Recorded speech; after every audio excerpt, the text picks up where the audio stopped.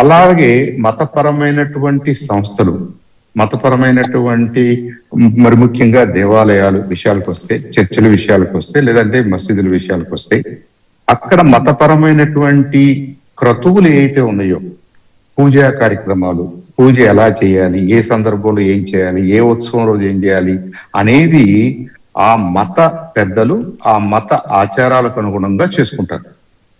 దాంట్లో కూడా ప్రభుత్వానికి ఎలాంటి సంబంధం ఉండకూడదు. రాజ్యాంగం ఎలా చేయలేదు. అయితే ఆ సంస్థని పరిపాలించే విధానం ఉంది చూసారా, గవర్నెన్స్ అంటారు. ఆ సంస్థ అడ్మినిస్ట్రేషన్ ఉంది. ఆ సంస్థ అడ్మినిస్ట్రేషన్ విషయంలో మాత్రం ప్రభుత్వానికి అధికారం ఉంది. రాజ్యాంగం అధికారాన్ని ప్రభుత్వాలకు అప్పచెప్పింది. సుప్రీంకోర్టు కూడా 54 నాడే తేల్చి చెప్పింది షురూర్ మఠ విషయంలో. మీరు మీ ఆచార వ్యవహారాలు వేరు, పరిపాలనా అంశాలు వేరు.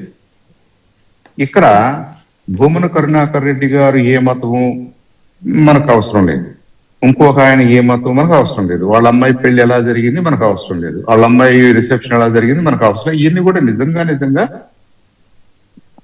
Not related to the current discussion.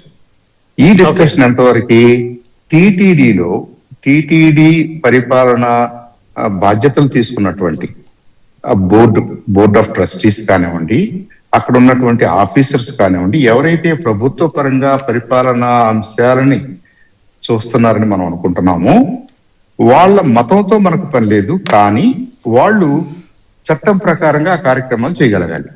Okay, వాళ్ళు ఏ మతం వాళ్ళైనా నో ప్రాబ్లం అంటారు.